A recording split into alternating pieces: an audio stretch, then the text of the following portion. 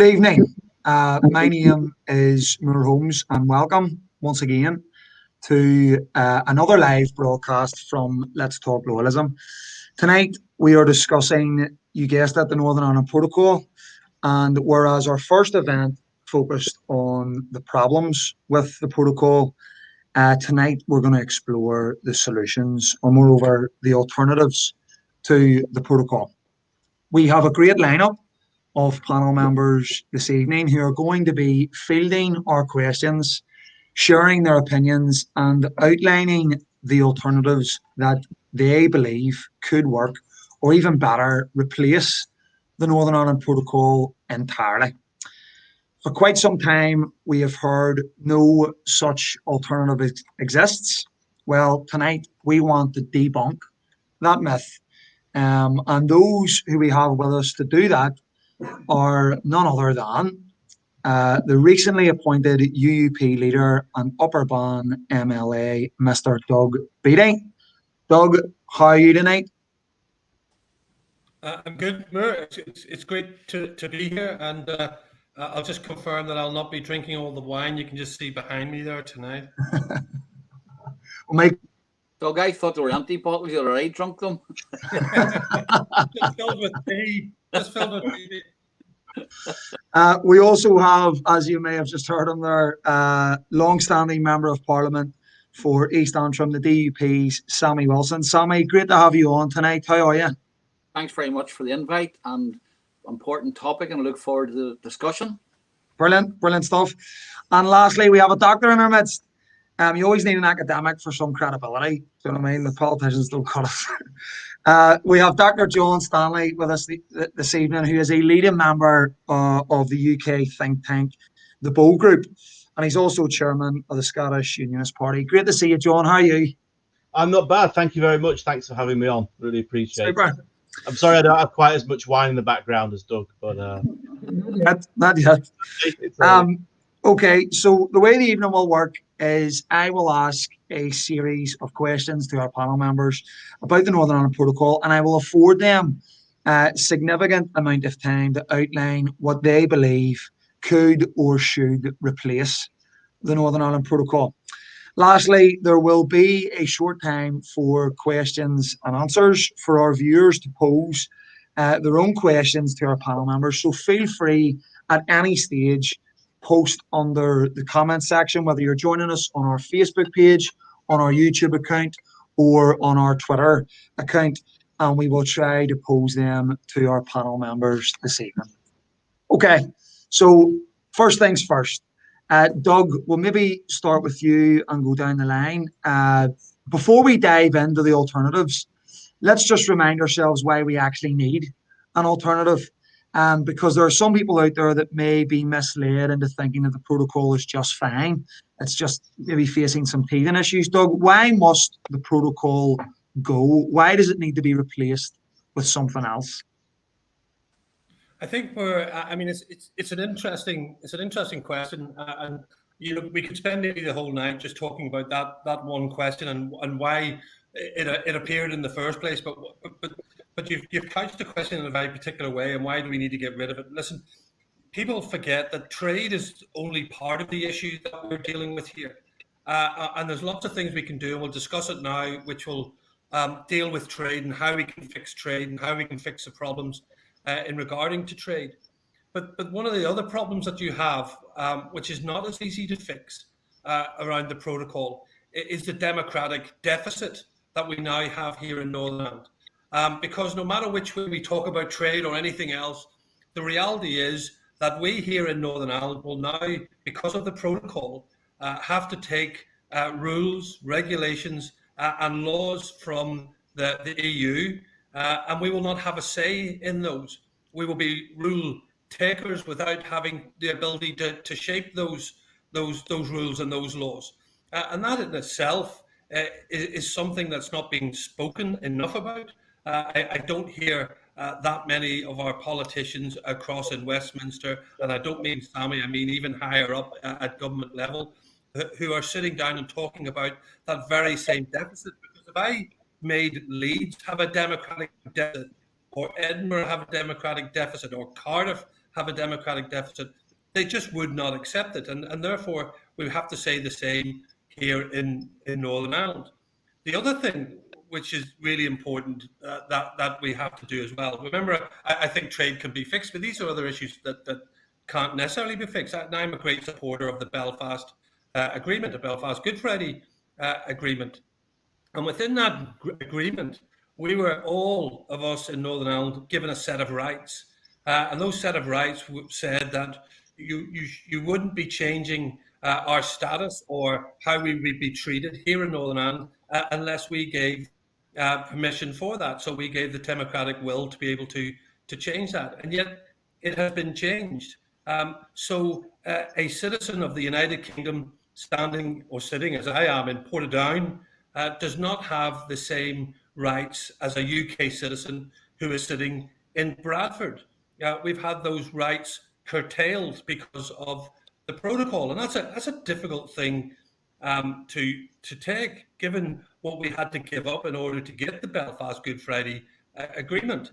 So just looking at those two issues alone, and there's the three issues, I suppose: trade, which I think can be dealt with, the democratic deficit, which I think is much harder and isn't really being talked about, and thirdly, the issue about the undermining of the Belfast Good Friday Agreement. And I've been on record before, and I'll just remind everybody, because it's worthwhile reminding, that I asked the chair of the Irish Senate for the UK leaving the EU if the Belfast Agreement was damaged by the protocol. Her answer to me was, yes, it was. So this is a known fact. So people know this is an issue, that the Belfast Agreement is being damaged. So that is the concerns that we have, and that's why we must find a way of replacing the protocol with something that doesn't give us democratic deficit, doesn't damage the Belfast Good Friday Agreement, and of course we can deal in trade as we were previously. Mm-hmm. Yeah, it's really interesting you highlight some of the key issues around the Northern Ireland Protocol, because of the basis of what you're saying, there is something about sovereignty here. There's something about, this democratic deficit and how people need to have the ability to vote for people who make these laws and have the ability to change these laws, which is against you talk about the Belfast Agreement, it's against the spirit of the referendum, which was all about taking back control, but we're in a situation where Northern Ireland is under control of the European Union. Sammy, just to come to you. Can I just jump in? Yeah. And you're right. And I just want to make sure that nobody thinks I'm spinning something here, because I voted Remain. So people know that I voted Remain. I want people to understand I'm not lying and spinning here. I voted Remain because I saw the problems coming down the track in regards to this. But I certainly did not vote for the protocol. Mm-hmm. Yes, absolutely. And that's an important point that you make, because there are many people now who did vote Remain, but are, just as concerned and critical of the Northern Ireland Protocol. Sammy, we'll come to you now. In terms of, we've heard the phrase time and time again, the protocol must go. In your opinion, why must it go? Why does it need? Why is nothing else tolerable, or is it in your view? Well, I think first of all, I'd echo some of the things that Doug has said. I actually voted and campaigned for us to leave, and it rankles with me that whilst there was a vote of the people right across the United Kingdom to leave the EU, we're actually left languishing in the EU. He talked about the democratic deficit. Actually, it's not. It's worse than a democratic deficit. It's a democratic bypass. Because, of course, under the protocol, Northern Ireland will remain part of the EU single market. All of the rules which currently apply to the EU single market will apply to Northern Ireland. That's not such a big issue at the moment, because, of course, all of the EU rules were transposed into British legislation when we left under the Withdrawal Act. But as time goes on and the rest of the United Kingdom makes its own rules and regulations, new EU law will apply to Northern Ireland and Northern Ireland only. Now, that's not insignificant, because that covers probably about 60% of the activity that would normally be decided by the Northern Ireland Assembly, devolved issues such as rules and regulations about agriculture, about working hours, about standards for manufacturers, and a whole range of other environmental standards. Those will be made in Brussels. They will be made without any input from politicians either in Westminster or in the Assembly, and they will apply to Northern Ireland, and they'll apply to Northern Ireland whether they suit Northern Ireland or not, whether they damage our economy or not, whether they separate our economy from the rest of the United Kingdom or not. And if we don't apply those laws, then the European Court of Justice, not a British court, but the European Court of Justice will take Northern Ireland to court and will impose sanctions on the United Kingdom as a result of that non-compliance.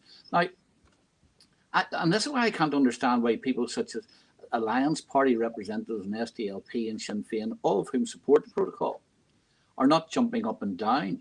They'll be, when the British government took over some responsibility for spending money on infrastructure in Northern Ireland under the Internal Markets Bill, both the SDLP and the Alliance Party said that this was snatching the devolution, the things which were devolved from to Northern Ireland back to the centre at Westminster.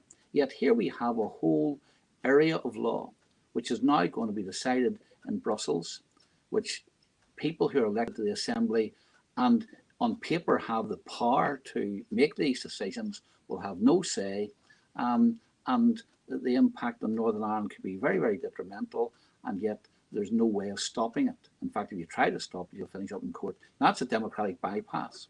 Yeah. The second thing, and Dougal said that he thinks that trade issues can be dealt with, but the democratic deficit is the big issue. Actually, the trade issues can't be dealt with if that body of law and that means of making law for Northern Ireland still exists. Because why do we have the checks at present? We have the checks because the EU applies its standards to goods which come from Great Britain into Northern Ireland. And that's why you need the checks. Now, if in the future the EU can still continue to make new laws in Northern Ireland, then those checks are going to be necessary. There's going to be no way of bypassing them. So the economic disruption that we have will increase as a result of the democratic deficit. And the third reason why I think the protocol has to go, leaving aside the fact that it removes the principle of consent, as Doug has outlined, I'm not going to repeat all of that, but it is important. And that's why when people say they're defending the Good Friday Agreement, they don't understand the Good Friday Agreement about.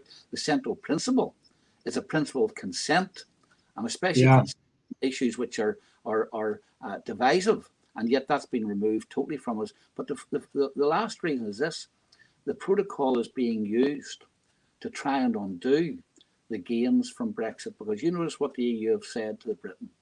If you want to avoid the checks for goods coming into Northern Ireland, then if the United Kingdom as a whole were to align itself with EU law, and not only presently, but in the future, then there'll be no need for most of the checks. Now, what does that really mean? It really means that rather than getting sovereignty, the EU are saying the only solution to the Northern Ireland Protocol is for you to continue to act as if you were members of the EU in terms of single market membership. And, you know, for a Brexiteer, I do not want to see Brexit undone in the name of Northern Ireland, and Northern Ireland Protocol would not be the Trojan horse to allow that to happen. That's right, and many people, you know, I've spoke to have felt that Northern Ireland is being used as a plaything to try and, you know, the European Union are using Northern Ireland to try and get greater alignment from the United Kingdom with the European Union. John, do you want to comment on that? Is there anything else you want to add to that in terms of why this message, the protocol must go, is important, that tinkering with it isn't the final answer, as it were? Yeah, I mean, you almost want to go back right to the mid-80s, which I know that sounds a bit scary because we're going to be talking about a lot, but just to kind of put in perspective, when you look at let's just say when we joined the European Union in 1972, there was a massive escalation of political violence in Northern Ireland at the time. When we went through the Anglo-Irish Agreement, that was the same year as the Single European Act. When we had the Downing Street Declaration, that was the same year as Maastricht. When we had the Good Friday Agreement, same year as the Amsterdam Treaty. And obviously, ever since then, we've had ever closer union, which is part of the European Union's mandate. We've had something called acquis communautaire, which means powers only go to Europe from member states. They don't go backward. And so the Europeans' answer to everything is always going to be more Europe. And whenever the European Union talk about negotiations, all they're negotiating at really is the pace at which they expect the United Kingdom to capitulate. You hear a lot of this idea that the European Union has made lots of sacrifices and has made a lot of accommodation towards this. That's absolute rubbish, because it's a treaty-based organization. No treaties have been changed. And what the backstop was for and what the protocol now is for, more than anything else, is a hook. It is a hook to bring all of the United Kingdom in a kind of low European orbit so that we're not allowed to drift too far away. And once I think if you can accept that, then you can accept that it is a puzzle that cannot be solved because it is not meant to be. Because the only solution to it is more Europe, is more capitulation and bringing the United Kingdom back in. So when we're talking about alternatives to a protocol, I would almost like to say we need alternatives to no protocol at all. We need to accept that the protocol goes, and then you can actually come to the table with these people with a blank slate. Because for all the will in the world, once something is written into EU treaties or once an agreement is in place, it's there.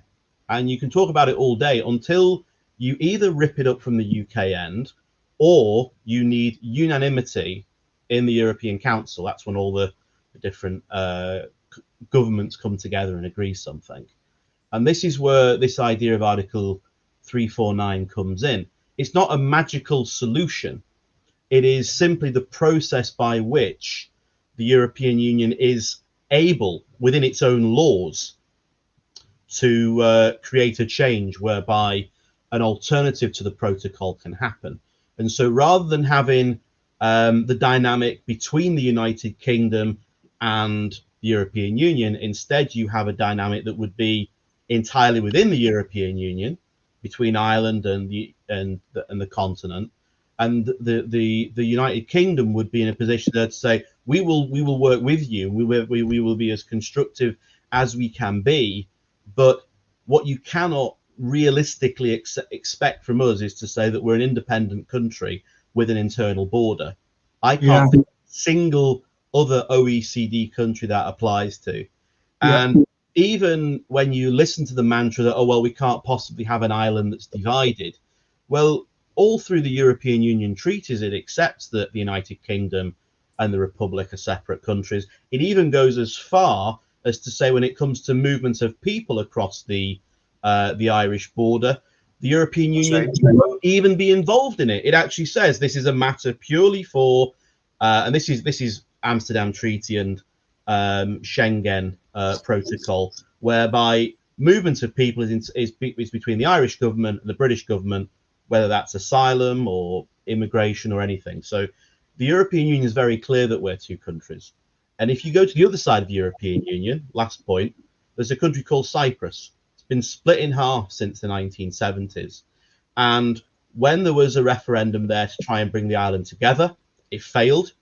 The Greeks didn't want it. And what the European Union then did was it pulled all of Cyprus into the European Union. It's still divided. The north of that island has no representation of any MEPs at all, even though it's legally part of the European Union. And when people talk about the idea that maybe people in Northern Ireland will have some consultation over the future of the protocol, the Turkish community's not had consultation in what, 18 years? Nothing. So the European Union is very happy to have an island that is divided, so long as, and here's the line again and again, there is more Europe. As long as the European union expands, it's all good. But John, Yeah. it was consultation.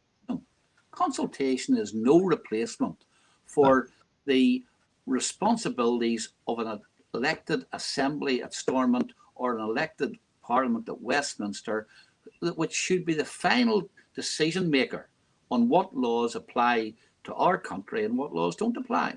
So, Yeah, and I think when people say that Northern Irish Protocol applies to Northern Ireland, no, it doesn't. It applies to the United Kingdom. it does, Because that's right. it applies to the United Kingdom's ability to trade. It's a this Northern Ireland Protocol may have Northern Ireland stuck on it, but it is a union-wide issue. Which I suppose makes it all the more staggering that our United Kingdom government signed up to it in the first place. Let's move into the alternatives now, because we've spoke about what the problems are, and it's clear that was fantastically articulated by each of you. What are the key issues with the protocol? But people will be listening. People will have tuned into this for the sole purpose because they'll be criticizing unionism and others, saying, well, you don't have an alternative, you don't have something different, you don't have something better, or all the rest of it. I know each of you have been engaged in that conversation, proposing possible alternatives. So I think it would be great to hear what they are, and we'll maybe go down the line. Doug, if we'll perhaps start with you and what you think perhaps some alternatives are, and then go to Sammy again, and then to John. Doug, we're saying the protocol must go. What could replace it? Here's the interesting thing, is that there's so many alternatives out there that you can literally take a little bit of one and add it to a little bit of another, and then maybe a little smidgen of the third, and you can create something which will give you something that will replace the protocol. And I've said this time and time again, but when I say the protocol has to go, but there will have to be something that replaces it, and it's not the protocol that replaces the protocol. There has to be a different system that replaces the protocol. And if you go back, go back a number of years now. I mean, time has really marched on, and people have forgotten these things.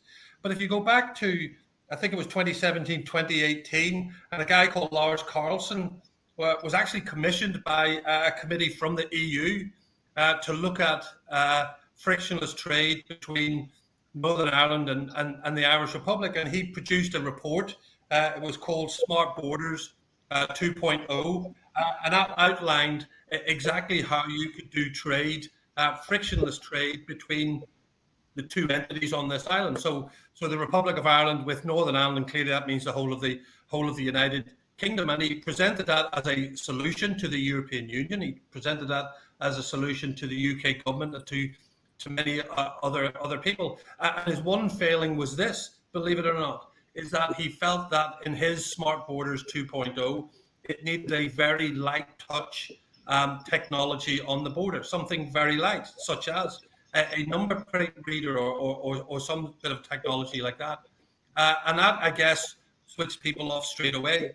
So he went back and he did an addendum, which was called Smart Borders 2.1. And in Smart Borders 2.1, he outlined exactly how you have a frictionless border with no technology, working on maximum trust and maximum facilitation and IT systems. And it was a system that they had used in the crossing point with Norway for about 4 years. So it was a tried and tested system.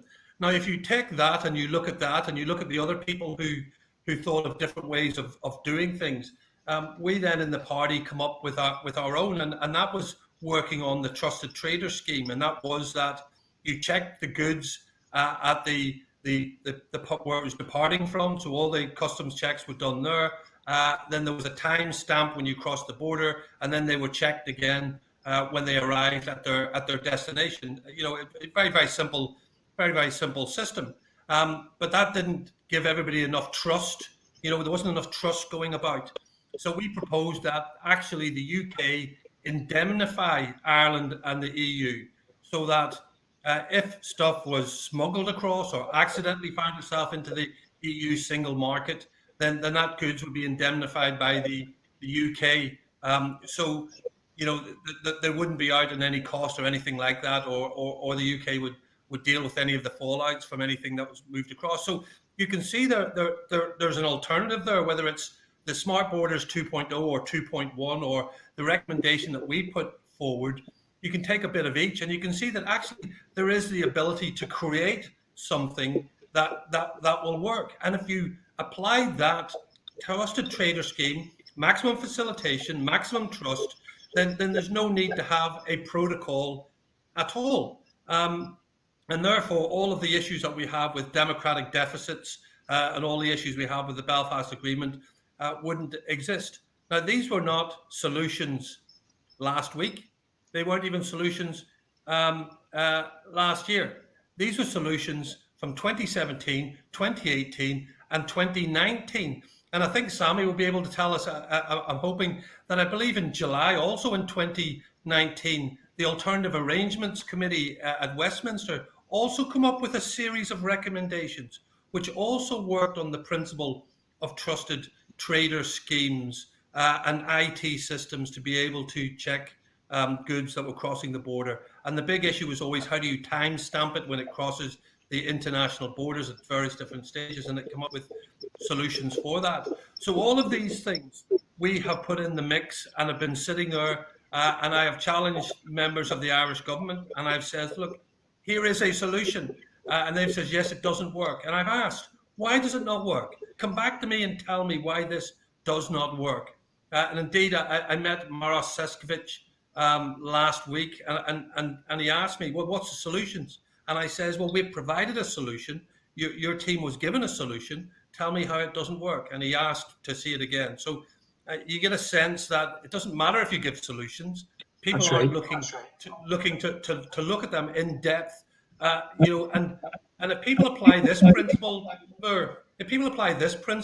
if the principle is we want to protect the Belfast Agreement and keep peace in Northern Ireland, then surely that trumps a sausage roll getting from the GB market into EU single market, because that seems to be the issue here, is that securing the EU single market seems to have been the priority over maintaining peace. And I think that balance needs to be changed. And that's not demonizing the EU only, by the way, and it's not demonizing the Irish government only, because our UK government didn't dig into this either. So there's a degree of fault that goes right across the board. So let's not put the blame all at one door.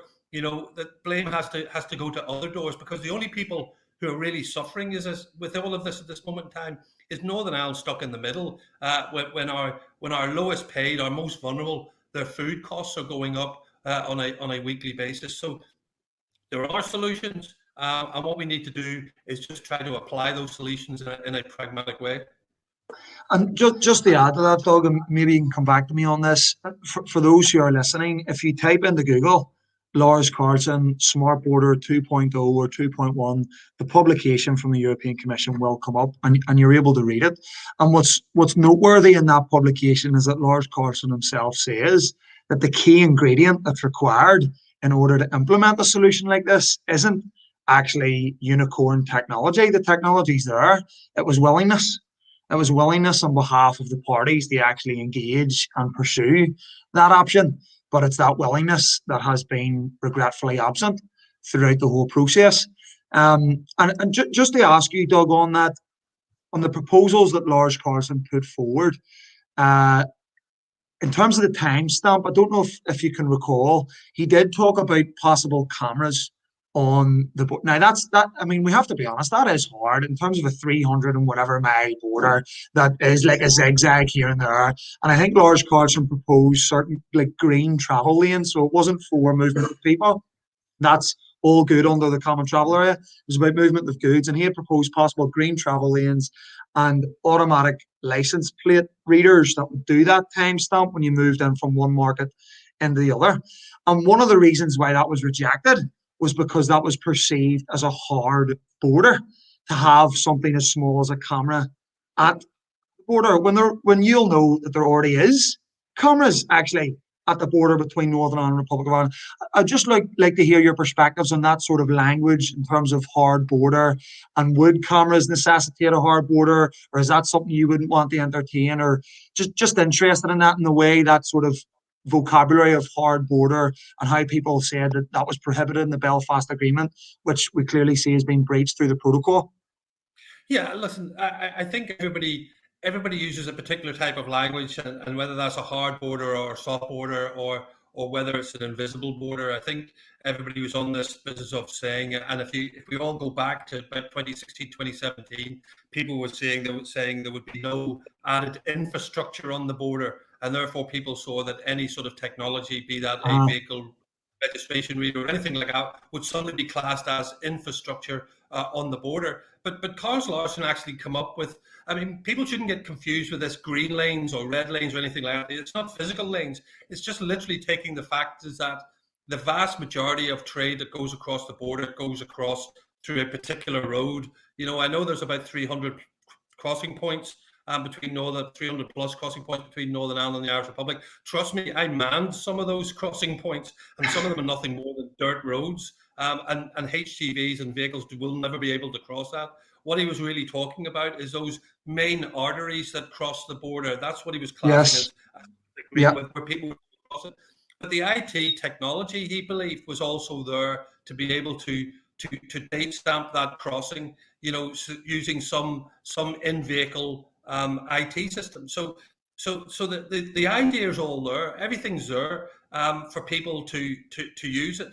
But even if you didn't, I mean, the reality is, if you apply trusted trader, if you apply maximum facilitation, if you indemnify goods that accidentally end up in the EU single market, so that nobody loses out or out of profit, then you can come up with a solution.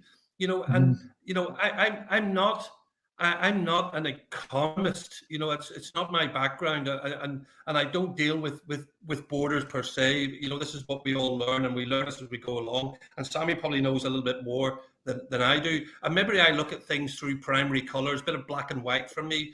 But sometimes, if you apply the simplicity of a system, you will suddenly see that it can work. Because I know of no firm in Northern Ireland or Great Britain who would deliberately lie on a trusted trader, because they know they would be hammered by the government and through legislation which would make it illegal to move goods into the single market if it wasn't cleared to do so.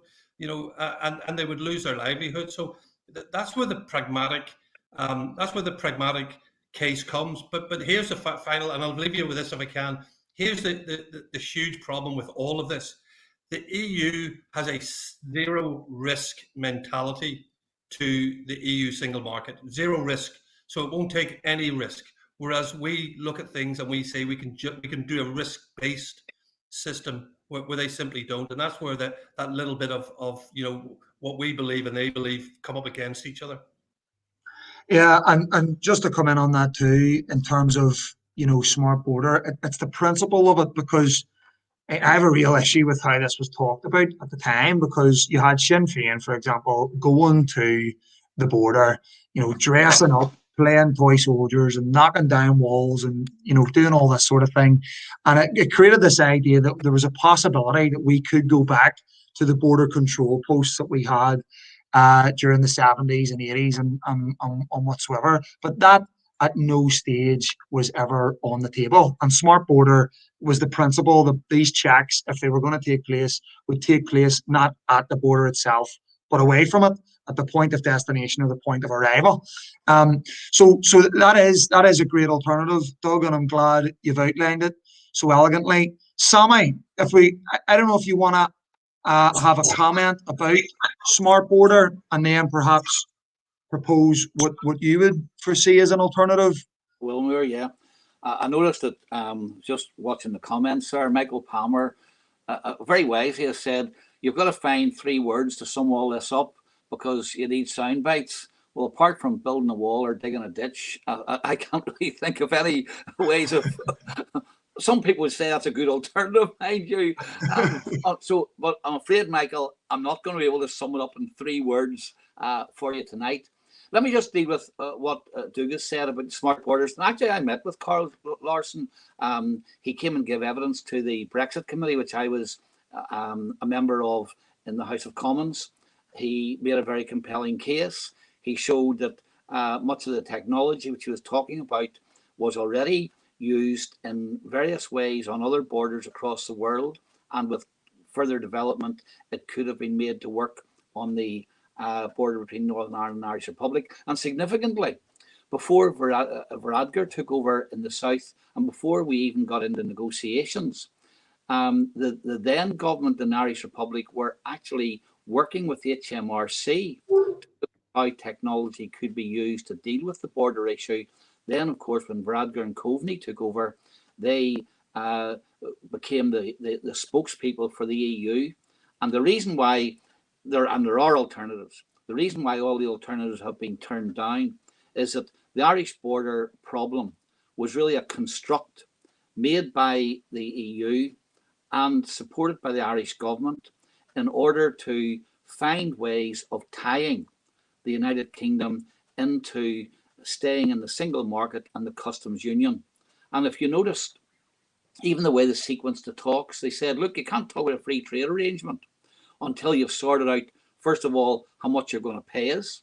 Secondly, what you're going to do with people who are citizens of EU but live in the United Kingdom and vice versa, although they weren't really serious about that because they still haven't dealt with UK citizens living in Europe properly. And thirdly, the Irish border. And the reason for that sequencing was that they wanted to tie the UK's hands, and Theresa May was quite happy to have this done, to keep them, the United Kingdom, in the single market and customs union. So the kind of technical terms that Doug's been talking about can work. The only thing I would say to you about it is that, first of all, it gave the kind of technical solutions gave ammunition to those who wanted to talk about a hard border. And I remember listening to some of them, including some of the people who are now complaining, by the way, about the restrictions on trade between GB and Northern Ireland. People from some of the chambers of commerce, the CBI and whatnot, coming and saying, if you put one camera up on the border, that will break the Good Friday Agreement and will cause a hard border. Now, the Good Friday Agreement, of course, doesn't say anything about borders at all, except that the army post should be removed. In fact, the Good Friday Agreement talks about the two separate countries on the island, and the fact that there is an international border there which has to be respected and which can only be changed with the consent of the majority of people in Northern Ireland. But they talked about one camera was too much, despite the fact, of course, that as Doug has pointed out, there are cameras there at present.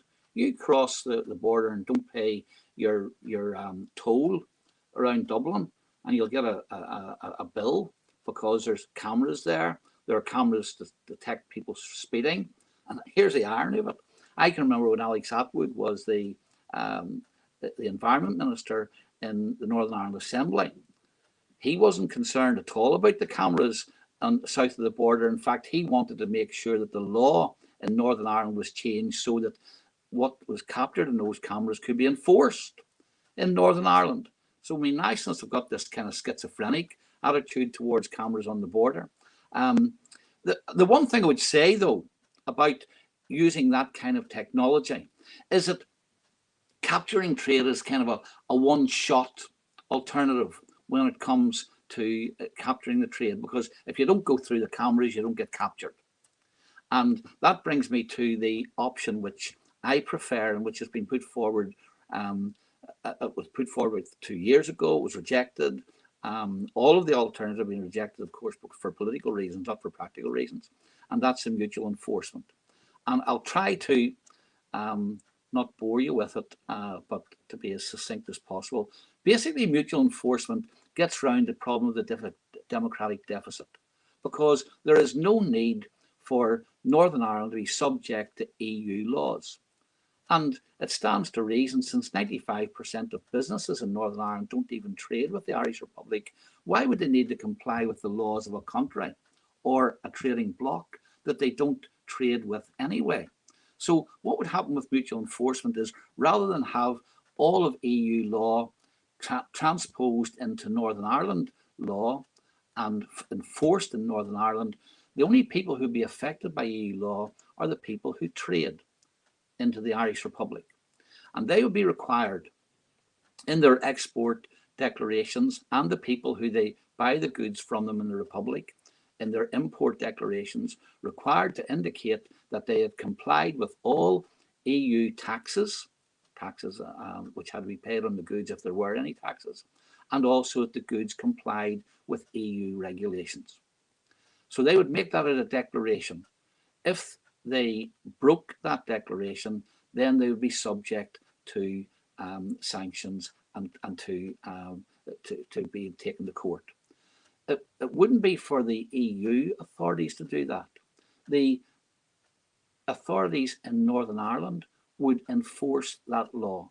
So, for example, once the declaration has been made, inspections could be undertaken at their premises if they weren't a trusted trader. Though if they were a trusted trader, then you wouldn't require this, because the authorities would be satisfied that they were complying all the time anyway. And in the Irish Republic, if the goods were identified as not having complied or not having paid the taxes, then it wouldn't be a case for the Irish authorities to pursue a company which is difficult to reach. That company would be pursued by the authorities in Northern Ireland, and vice versa. Companies supplying goods into Northern Ireland from the Republic would be subject to the same kind of restrictions and enforcement by the Irish authorities. Now, you may say, yeah, but that leaves the door open. Sure, a bunch of chancellors might take the view that, well, I'll see if I get caught or not. And it's a very real problem. But that happens with all kinds of law. I mean, for example, many people listening to this tonight have to do tax returns every year. Not every tax return is checked in minutiae by the tax authorities. But what keeps people more or less compliant is the fact that if you do get caught, the penalties are very severe. The HMRC will then go through your accounts probably for the last 7 years, and you finish up getting hit with a huge tax bill, and you're caught out. So the sanctions will be sufficiently strong to have a deterrent effect for those who decided that they were going to try and break the EU rules. Now, that's basically how mutual enforcement works. And you don't need them checks anywhere on the border. You don't have to worry about people evading those checks, because the checks are actually done by when people make the declaration that they've complied.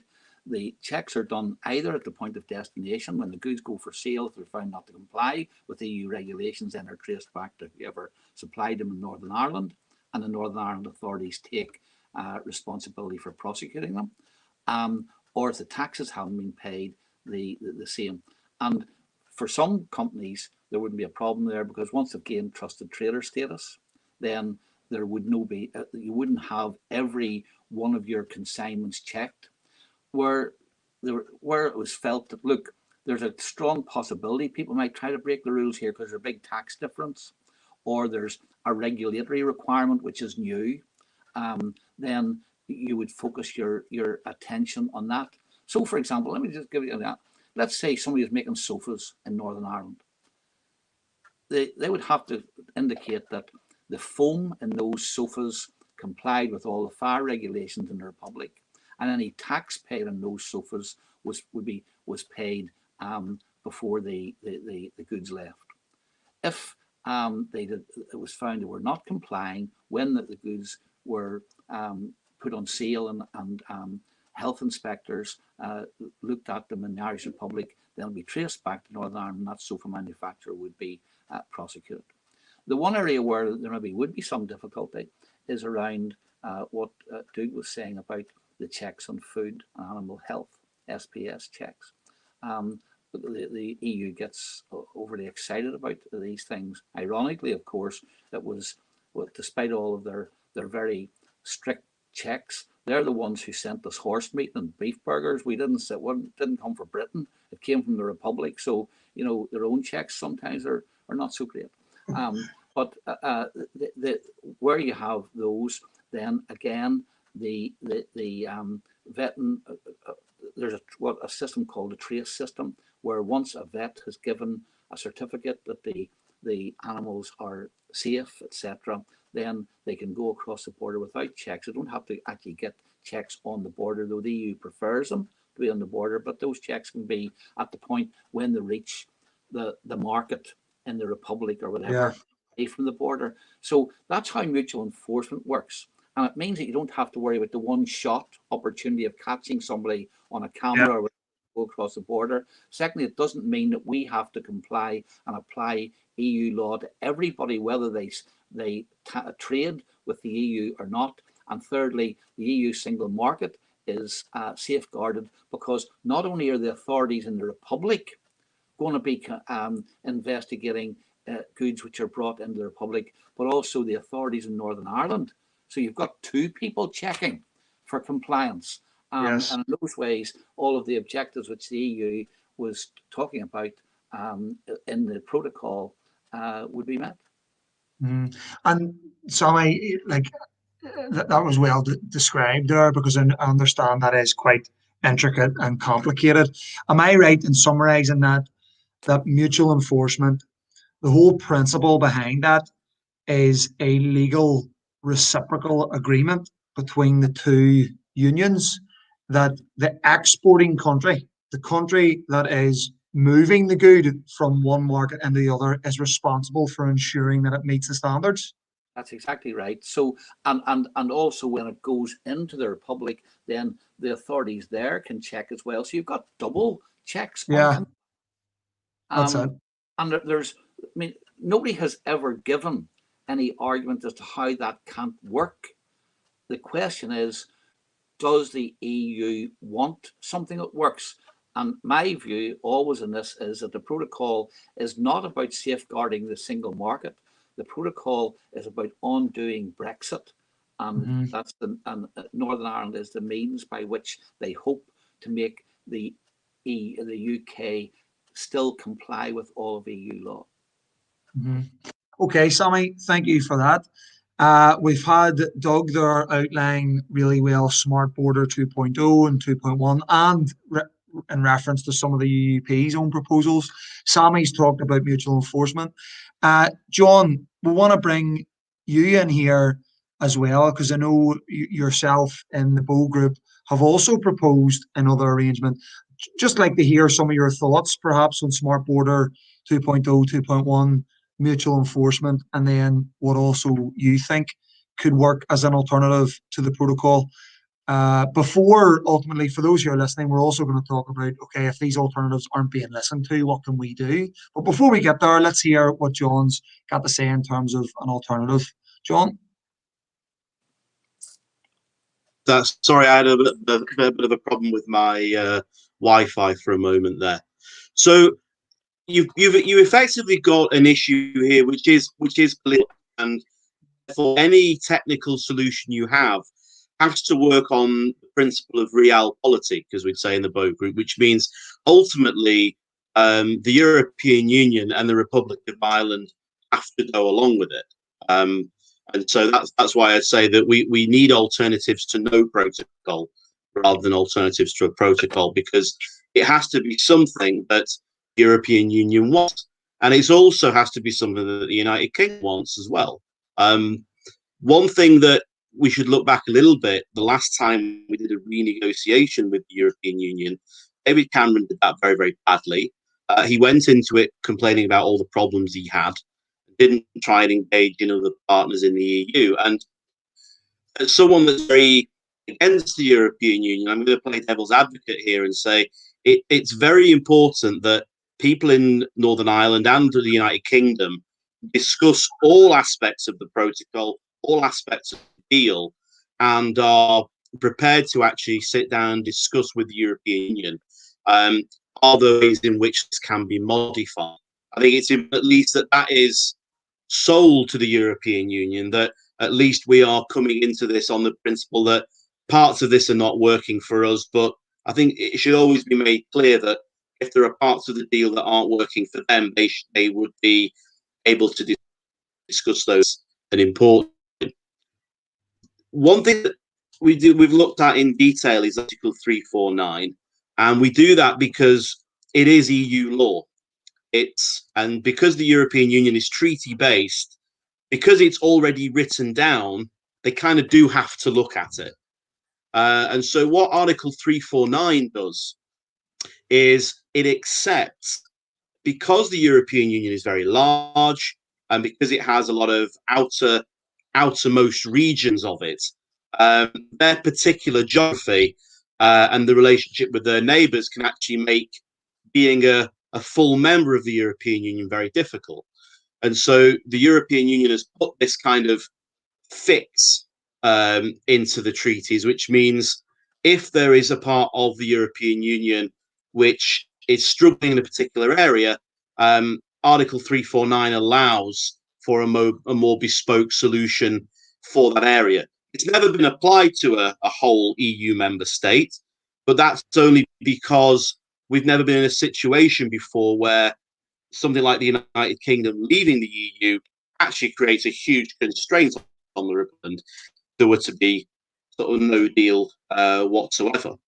It looks at areas, things like trade, agriculture, food, fisheries, all sorts of areas that are actually written into this. I just think it's just important to know that whenever the European Union say that, well, there's no solution, what you have to come back at them is, well, there is, because you write the rules, and so you decide what works and what doesn't. They can't have ways. So if the rule is ever all members are going to be, then there will always be a solution by definition. It's just whether or not they want it or not. But this is not a rule with the European Union. The European Union writes that rule book, and we have to follow it to some degree or other. So Article 349 is really the mechanism by which any of these proposals can be introduced. So it may be mutual enforcement, and so one example might be that you would allow the Irish Republic to be involved in that mutual enforcement. It would be a matter between the UK and the Republic of Ireland, and the European Union would allow that. So that's one example of how Article 349 works. But really, it's just an indication that it's a special situation for the Republic of Ireland, and it's well within the EU treaties for the European Union to show flexibility on that. It doesn't need an additional protocol. And so, go on, John, just to try to summarise that, then we have a piece of a European Union legislation in Article 349, yep, in which the EU lays down, yep, that special provisions can be provided to a certain area, whether it be yep, on economic, social, agricultural, environmental grounds. So we have a piece of EU law that, and they've done this before, have they? They've used this law to other places throughout the European Union. They've done this, and we're not talking about one of tiny islands of a few thousand people. They've done this with the Canary Islands, which is 2.2 million people. Which, if that was a European Union member state, that would actually be larger than 6 current EU member states. They've done it also with French Guiana, where there's a land border with Brazil. They've done it with a lot of Caribbean islands. So it's mostly French or Spanish or Portuguese islands it's been applied to. But it has been applied to, and these are all parts of the European Union. They all share Horizon 2020 funding. They're not detached from the EU. They are integral parts of the European Union. Some parts of EU law are adapted to suit. So the idea that you can't cherry pick, well, it's full of examples of how they cherry pick. Yeah. Denmark has it on there. Sweden has kind of left out on it. There are lots of ways in which EU member states have cherry picked the EU. It's not as homogenous as it likes to portray itself. Okay, well, thank you for that, John. I'd like to get Doug's and Sammy's reaction to that. I mean, there is an apprehension about seeking more EU law being applied to Northern Ireland. Perhaps it would be interesting if Article 349 could be applied not to Northern Ireland, but Republic of Ireland. I just want to make one. Can I just make one point? That would apply to the Republic of Ireland. It would not. It would not apply to Northern Ireland. The whole point of this is that the Republic of Ireland would be the one that would be engaged in this, not Northern. Yes, it couldn't apply to Northern Ireland because of the EU. That's right. That's right. Good. Because I think throughout this entire process, many people are critical of the EU for being so intransigent and not willing to be pragmatic and not willing to be flexible. So I do think there's an irony in the fact that their own legislation shows that they can be flexible when it suits their interests. But obviously, or perhaps in this case, it doesn't. Sammy or Doug, do you want to comment on that? Sorry. Yeah, I mean, just on John's point, and there are examples of, though they're fairly minor examples of where the EU has set aside some of the requirements which they have for trade into member states for maybe certain goods or certain limited range of products. And he's quite right. What you would simply say is that when goods are moving from Northern Ireland into the Irish Republic, there's certain exemptions to give. We're allowed to happen. I think the flaw probably in that argument is twofold.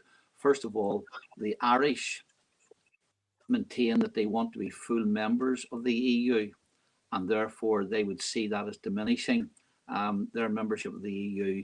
I mean, the crowd who are in charge at present, certainly Coveney and Varadkar, they wanted to be more pro-EU than some of the other major EU countries did. So they would see that as watering down their membership.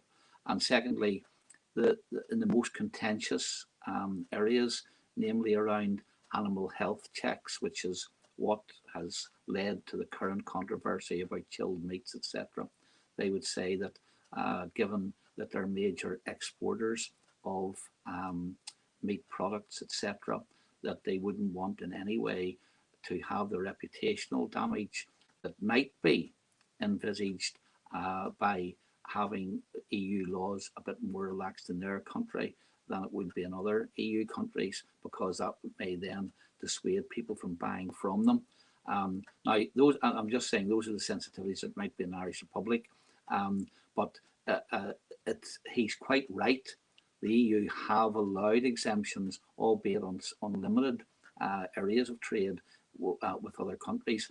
I still think that fundamentally we have got to get rid of the protocol, not still keep parts of it in place where we just give exemptions to the Irish Republic when it comes to some areas of trade. And one of to me, the way of doing it is through the mutual enforcement, which does safeguard the EU single market, which does avoid Northern Ireland having to adopt all of EU law, even for those companies that don't do any trade with the EU, and which does enable us to have free access to the GB market and GB traders to have free access to Northern Ireland, and avoids the border down the Irish Sea. So it deals with a democratic deficit, it deals with the border down the Irish Sea, it deals with the disruption which that border causes for our manufacturers, while at the same time it holds the possibility to the EU that, look, your market will be safeguarded by the enforcement which will incur in Northern Ireland on those traders, the small number of traders who trade with you. And I mean, don't forget, our trade with the Irish Republic is minuscule. This is the irony. It has come. I mean, the figures from the Department for Agriculture in Northern Ireland this week show that we actually have far more checks on goods coming from GB as a result of the protocol, and GB is compliant currently with all EU rules on food, etc. Far more checks on the goods coming into Northern Ireland than there are on the whole of the eastern boundary of the EU, between countries where people smuggling of illicit, all kinds of illicit goods, and where the standards in Russia, Belarus, and all of the other states are nowhere near EU standards. Yeah. And I think that shows that the protocol is not about safeguarding the single market. It's a political thing, but if they want to safeguard the single market, there's other ways of doing it. That's right. Doug, I just want to give you some space to come in there, but also can I ask you the question? We're going to move on to talk about the possibility of an SPS veterinary agreement and whether that fixes some of the problems with the protocol. Would that in fact help embed the protocol? I'd like to hear your thoughts on that, Doug, but maybe you want to come in on that, or you're happy to move on. It's up to you. In terms of SPS, what do you think? I think a couple of things, Moore, if I can. First of all, the problem here is the protocol. The protocol is a bad treaty. And as long as we have the protocol, we're going to be stuck in where we are now. We warned of this back in October 2019. We've been screaming about the protocol since 2019. And here's what people need to understand, is that the protocol to the EU is a deal which they see has to be implemented 100% to its maximum, and then they will look at mitigations to the protocol. Whereas the UK government see the protocol as something you instigate as you require a particular part to it. So the two are completely incompatible. The problem is the protocol. It's just a bad deal that should never have been on the negotiating table in any shape or form. And I'm shocked that it did. And we were screaming about this as far back as October 2019. On SPS, again, people have to remember the SPS, which is all about veterinary. I don't even know what it stands for. Maybe Sammy can help me on this one. But it's all about the likes of veterinary stuff and chilled goods and meats and things coming across. And the EU want an agreement where the UK will align to all of their SPS rules. So they will align to the EU rules, and that stops all of the checks between Great Britain and Northern Ireland. We can understand why they're saying that, and it would help in regards to checks of goods coming from Great Britain and Northern Ireland. But we're more inclined to look at not an agreement, but a treaty. That is that the treaty is that both sides really look at each other's rules and come up with a common standard. And only when there's divergence on a particular item will that item need to be checked coming across the water from Great Britain to Northern Ireland. So we'd be in favour of a SPS treaty in extremis, but that's only the trade issue of it. And I said this at the very start. That's only when we're talking about trade. It doesn't fix the protocol. It doesn't fix the democratic deficit or bypass or whatever everybody wants to call it. It doesn't fix that. It doesn't fix the problems with the Belfast Agreement. What it does fix is being able to get goods from Great Britain to Northern Ireland, and therefore that's important. And it's important because it affects ordinary people here in Northern Ireland who are trying to get stuff from Great Britain to this part of the United Kingdom. So we would be in favour of an SPS treaty, but that's not the end of it. That's just part of a mitigation in order to help us maybe get to somewhere else slightly later on. Because here's the real problem, Moore, and people don't realise this.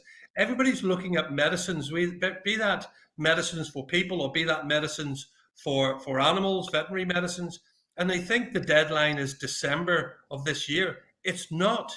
The deadline is 2 weeks from now. It's the end of this month, because any pharmaceutical company in Great Britain who no longer wants to send any of their drugs, be that for people or be that for animals, if they don't want to do that because of all the bureaucracy, they have to give 6 months notice. And that 6 months notice is the end of this month. So if the UK government don't fix it now and very quickly and take action within the next 2 weeks, pharmaceutical companies in Great Britain could switch Northern Ireland out of their market, and there's nothing to stop them doing it as long as they give 6 months notice. That's the trouble that we're in now. That's why the government needs to act, not later, but now. It's incredibly important that they do that. Would you support unilateral action on behalf of the United Kingdom government on that, Doug? I hate to say this. I hate to say this, that they would do that just to spite somebody else. But I'm looking after the people I represent here in Northern Ireland, and if I'm honest and standing up for them, then I'm saying to the UK government, you've got no option.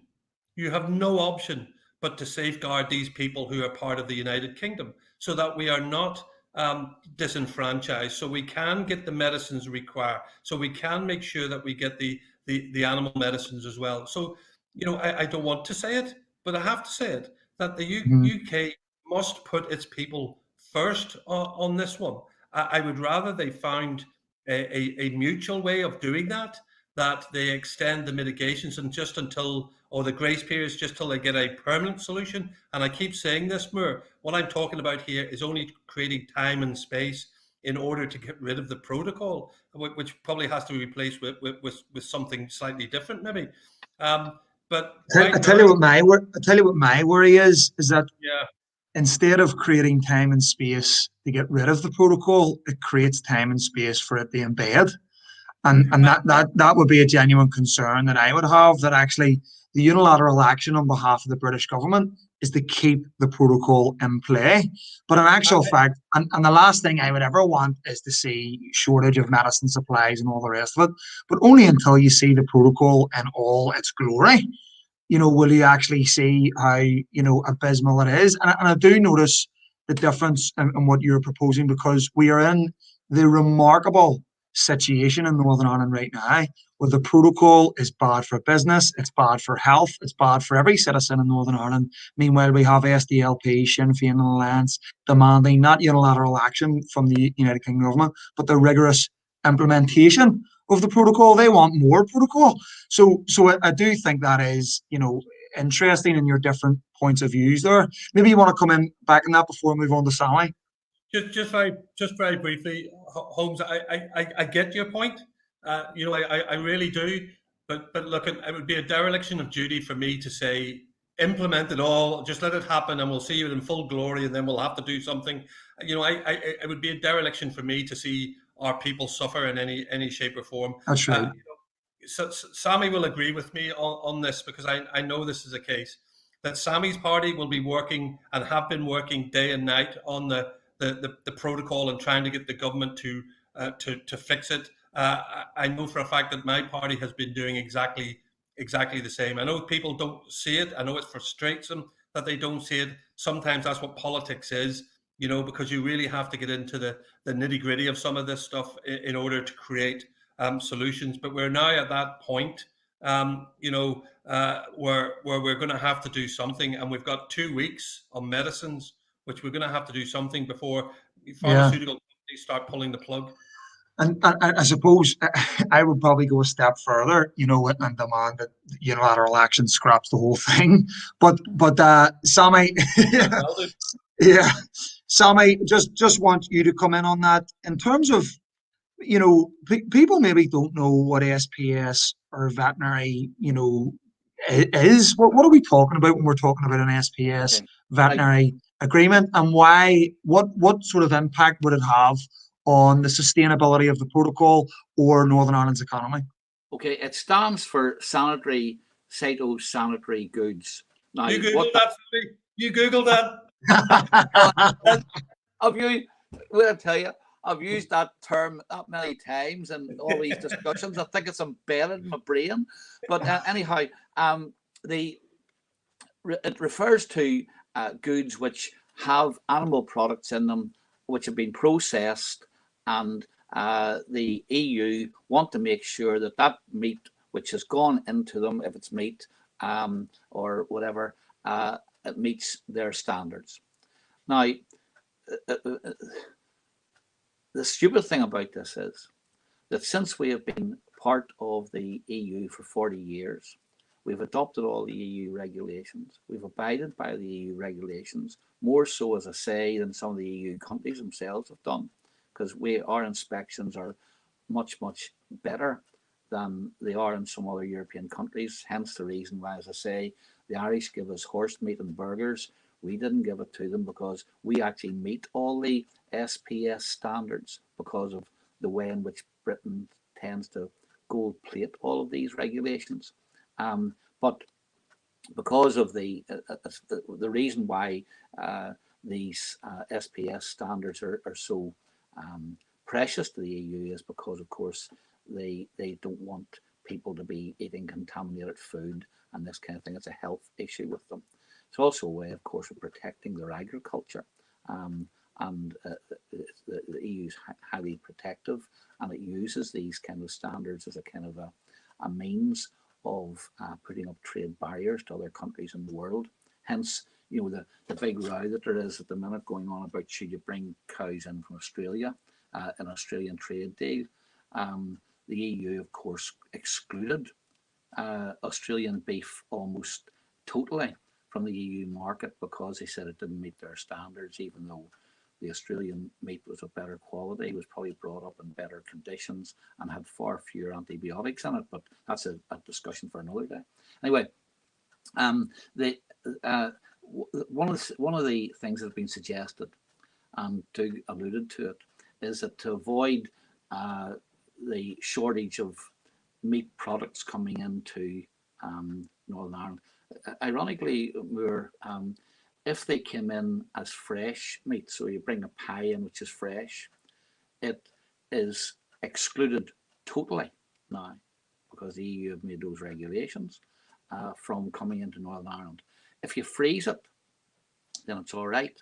Now you would imagine the same meat in the pie, whether it's frozen or fresh, but because of EU regulations, you can't bring it in if it's fresh, but you can bring it in if it's frozen, albeit subject to certain checks, etc.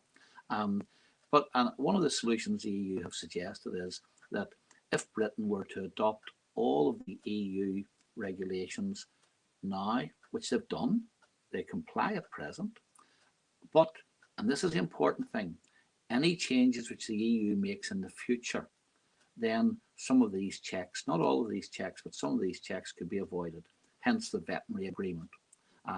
And you align totally with us. But that's really their way of making sure that Britain stays within the EU single market. And of course, that would then prevent Britain from doing any deal with any other country which wanted to trade meat products with us, because you would be bringing in products. You couldn't do a deal with Australia or America or whatever and bring their products in because they wouldn't comply with EU regulations and standards.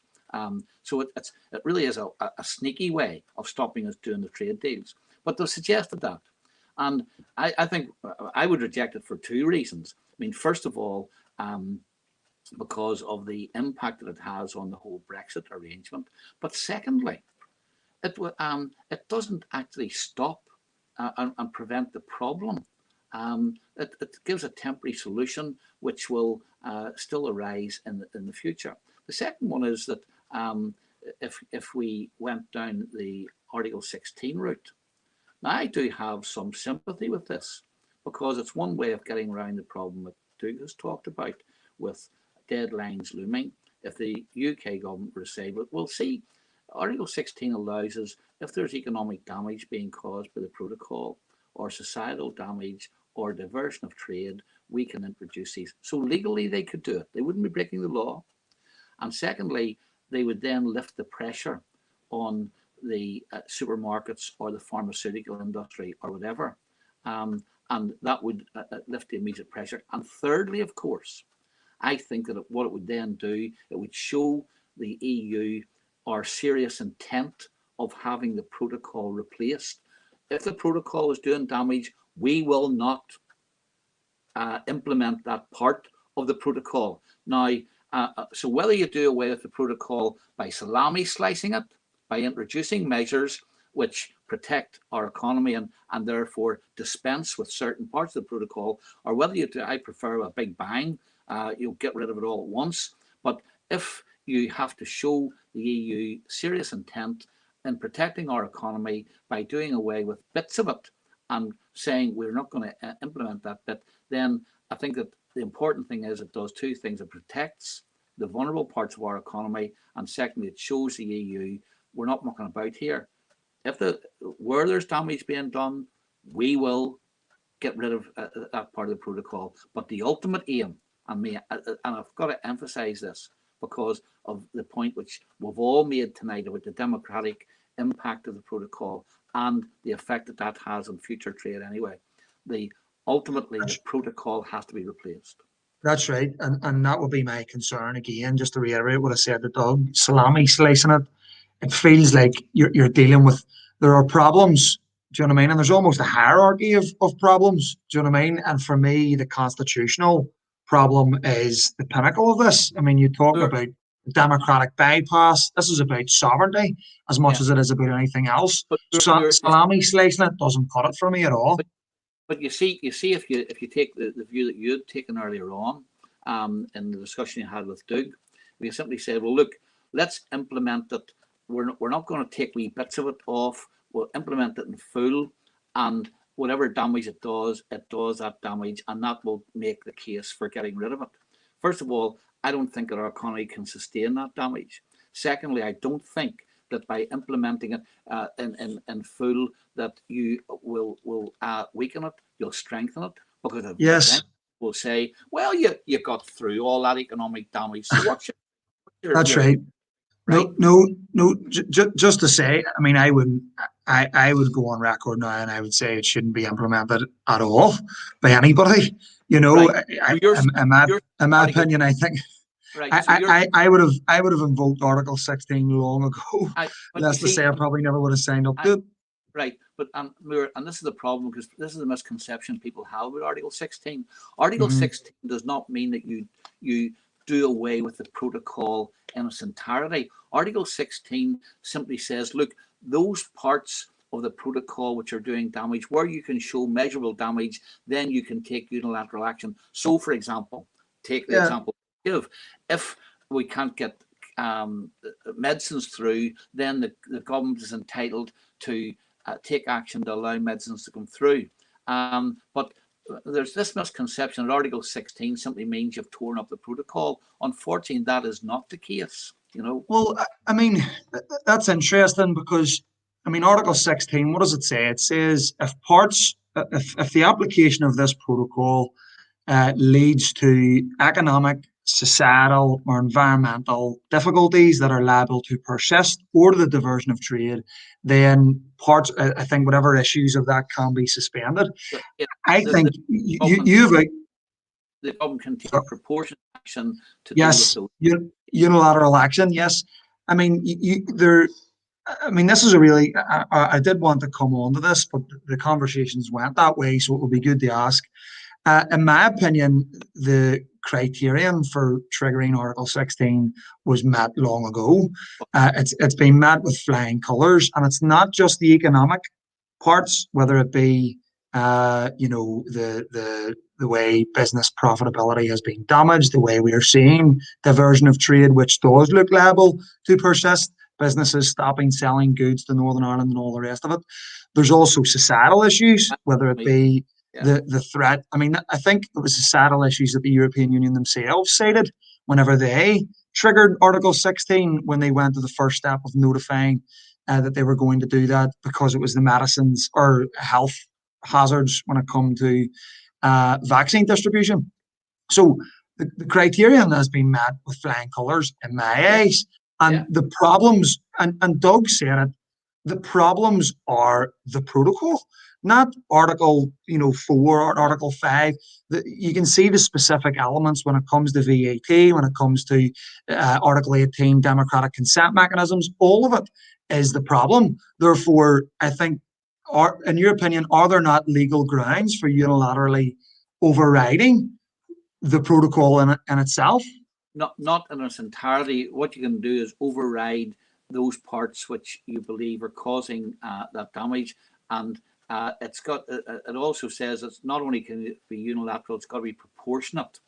So the argument would be that legally you cannot get rid of the whole of the protocol. I would prefer, if there was a mechanism for doing that, that's what we do, and that's certainly what we're saying. And Doug's party is saying to the government as well, look, don't tinker with it, get rid of it. And you've got to have an arrangement for safeguarding trade between the Northern Ireland and the Irish Republic. Then the alternatives which Doug and I and John have been discussing tonight are what's open to you. But if in the meantime, and I think that this will be a big political issue for the government, because of course any change that would have to get through the House of Lords, and we saw what happened in the past. So the government's got its own problems within its own party and within the parliamentary system at Westminster.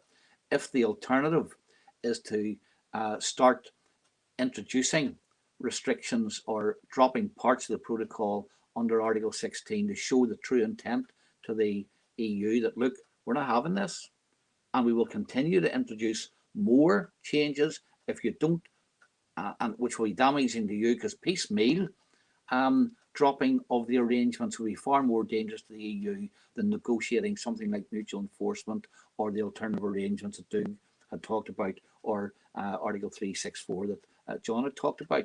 So the alternative, I think it's a way of safeguarding Northern Ireland, and also of putting some leverage on the EU and saying, if you do not look for a comprehensive solution to this problem, then we will start dropping checks on this, checks on that, checks on the other, and you'll have nothing else in place.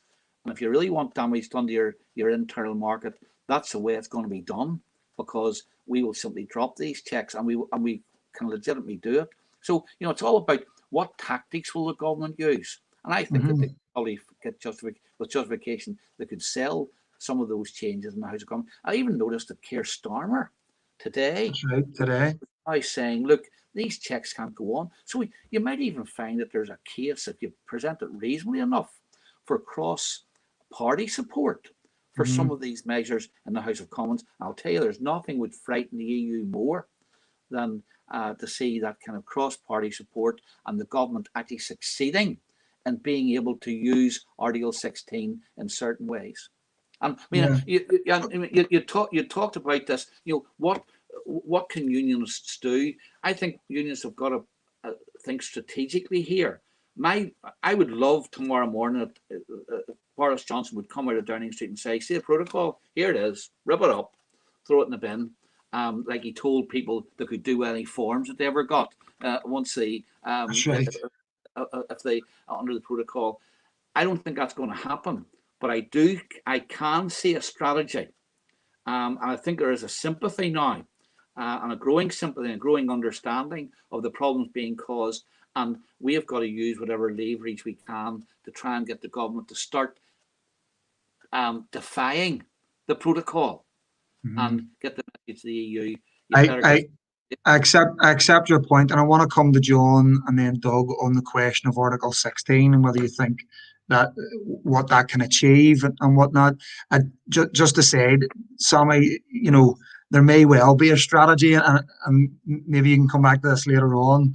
I suppose in order for loyalists like me and others to believe in that, you've got to trust that this Prime Minister is actually, you know, going to implement some sort of strategy that stands up for unionism, when in actual fact he's been proven to go back on his word, you know, more times than once. So I don't think many will be holding their breath, hoping out for this Prime Minister to stand up for Northern Ireland here.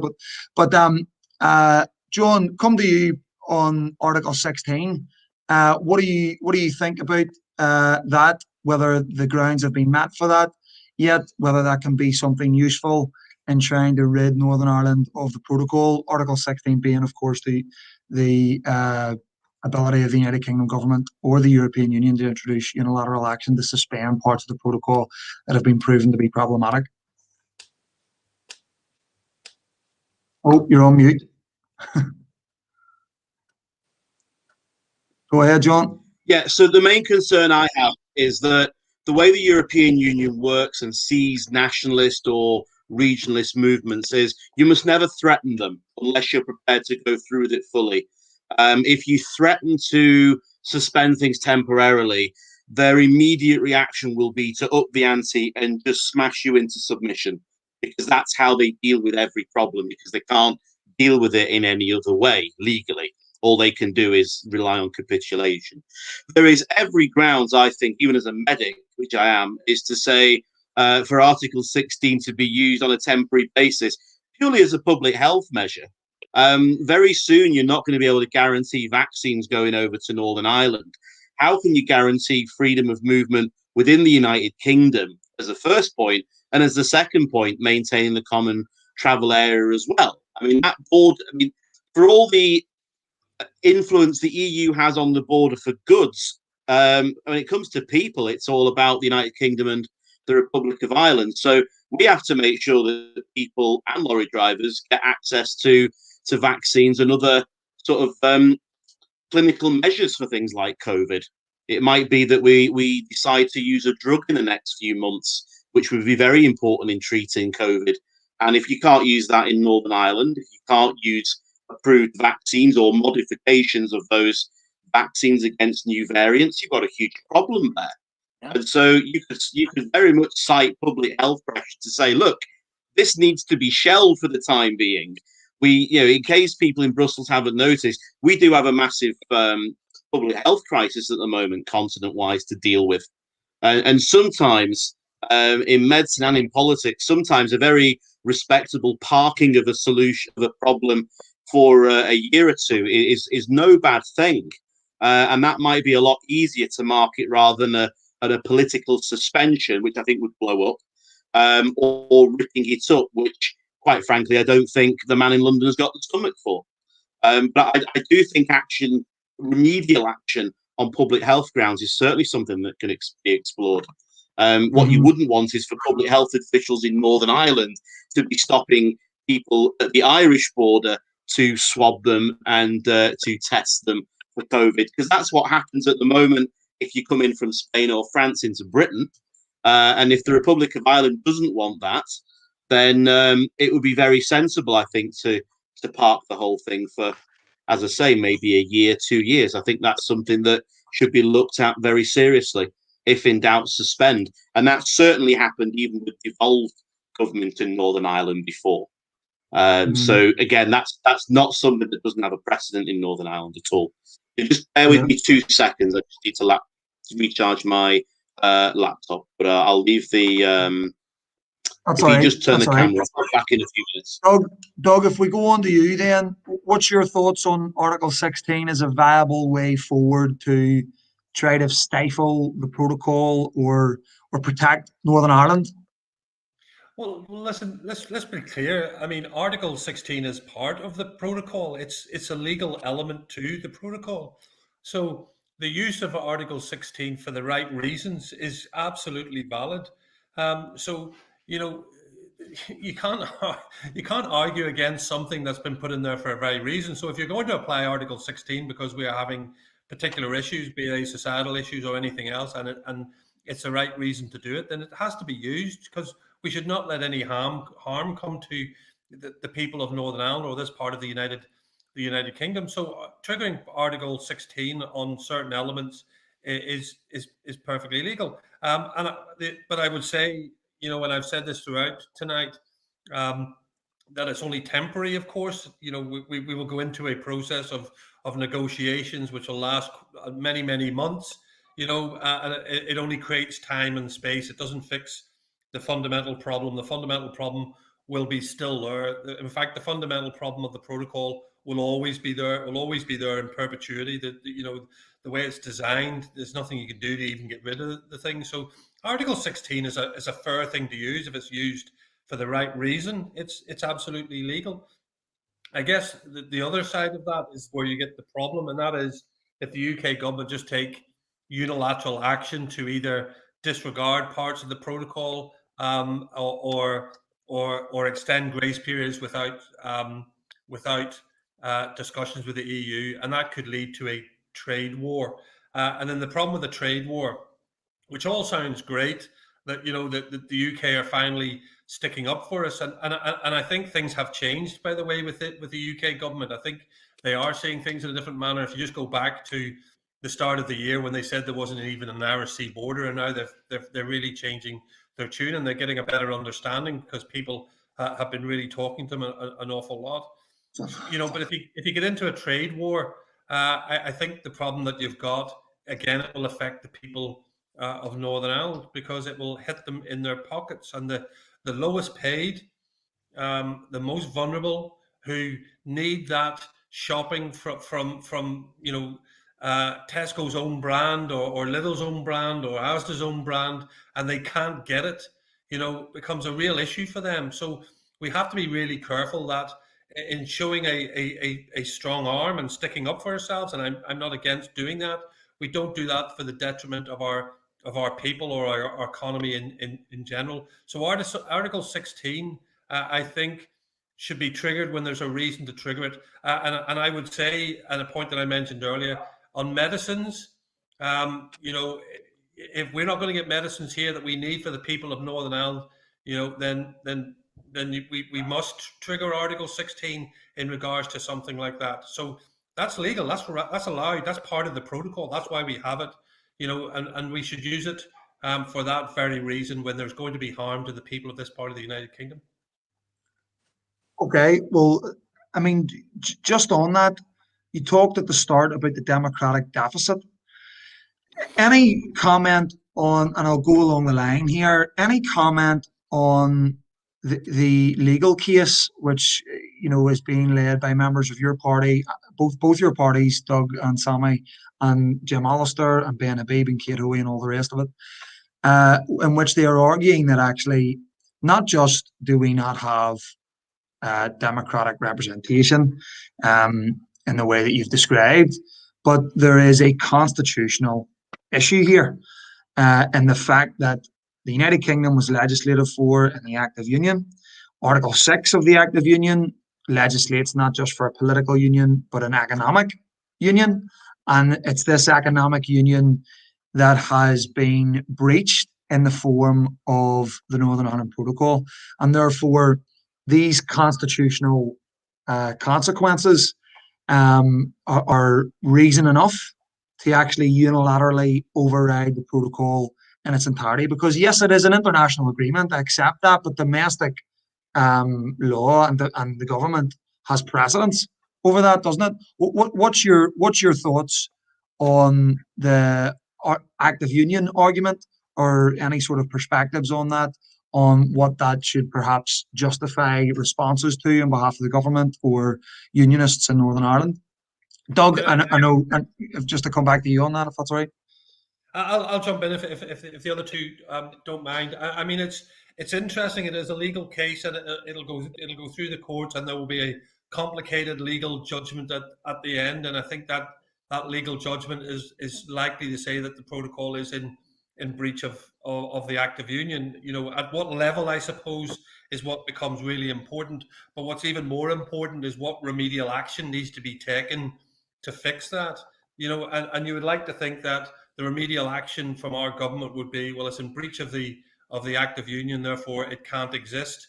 I would hate to think that they said it was in breach of the Act of Union, so let's just change the Act of Union, because they can change the Act of Union within Parliament. And that concerns me that they would be able to do that. I don't know all the ins and outs. I'm not at Westminster, so I don't get to see everything that happens there and how legislation works. But it always concerns me when you have a government with a large majority that they feel that small tweaks would be something they could do that people wouldn't notice. They did it previously. I'm always concerned that they might do it again, but I have no doubt whatsoever that the legal case will kick up something which says that the Act of Union has been breached. But it'll be and we already have the Tories admitting it, don't they, in court? They're saying they've implied. Just come in on that, Doug. That's the worrying thing. The government's defence, because the government knows that the Act of Union has been breached. And indeed, I can remember debating this in the House of Commons and making the very point about the Act of Union, and especially Article 6 of the Act of Union, because Moore's right. The Act of Union is not just about a constitutional union, it is also about an economic union. In fact, probably the economic aspect of the Act of Union for both Northern Ireland and Scotland was more important than the constitutional part of the Act of Union. That's the part which is given most emphasis in the Act of Union. And here was the odd thing. When the government solicitor was faced with that argument by the lawyers on the Unionist side, this was the response. the Act of Union has not been breached. Because when the protocol was passed, the House of Commons, by implication, repealed Article 6 of the Act of Union. Now, it is significant. It was never mentioned during the debate. It was never mentioned in the legislation. It was never mentioned afterwards. It is only now that the government, realising it was skating on thin ice, has now introduced this concept. When I raised this in the House of Commons, MPs were appalled. We never voted for that. Well, that's what the government lawyers are saying now, that you voted for. And you know, so I think that, and it does worry me that I know that courts are confrontational and everything else, but it does worry me that here we have a government which is now trying to justify the protocol by brazenly saying, oh, but sure, we changed that part of the Act of Union. That's had huge implications for the Scots as well. If a government can, by in a sleek and sneaky way, change the Act of Union for Northern Ireland, and can do it for any other part of the United Kingdom as well. And it'll be interesting to see how the judge views that when it comes to making a judgment. To me, it was a very telling argument, but it shows how desperate, because the government knows full well that all the arguments were made about the Act of Union, about the breakup of the United Kingdom, about the Good Friday Agreement and the constitutional change, which has been forced upon Northern Ireland without the consent of the people of Northern Ireland. The government knows full well that all of those things are true and are now trying to cover their tracks on it. That's right. Okay, John, I just want to give you some time and space to come in on that, on the Act of Union. For anybody who's watching, we're going to have, I know we've went on to my panel members, so I appreciate you staying on.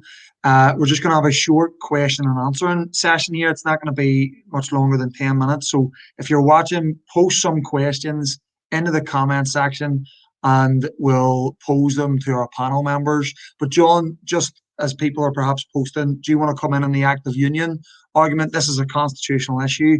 How can it continue to be implemented?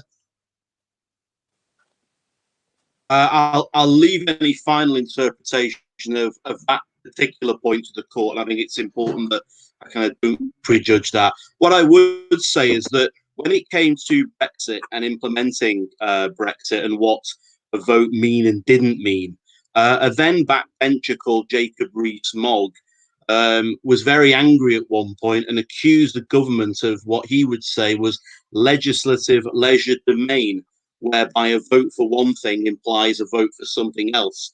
And given that Mr. Mogg, I think, is now leader of the House, it might be worth taking those words back to him on precisely this point. And I would also ask him, who in government instructed the lawyers to say that? It would be, I would think it'd be an extremely brave counsel to say that this was a change of the constitution without someone in government giving that the approval. It just seems extraordinary that that would be relied upon as a kind of wildcat legal argument. And I expect what instead has happened is that has been gamed by somebody or some people, and therefore there probably needs to be a bit of sunlight put on that. It's not just what said it; it's why it was said and who's ordered that to be said. And I said, Mogg has been on record in the past when it comes to parliamentary procedure about and being very excited when one particular law is implied to be a law for something else. So it might just be useful to take that back to him. He may find himself very interested in that question. Yeah, and John, you're quite right. When the government had to present this case in writing, and it was held up until about 2 days, I think, before the court case was duly heard. And one of the reasons given was that the arguments had to be approved by Downing Street. So, but when they say that, this is the problem. Right. That was a really good. This is the problem about giving personalities to buildings. It's Downing Street, but as we know, Downing Street isn't always the Prime Minister. No.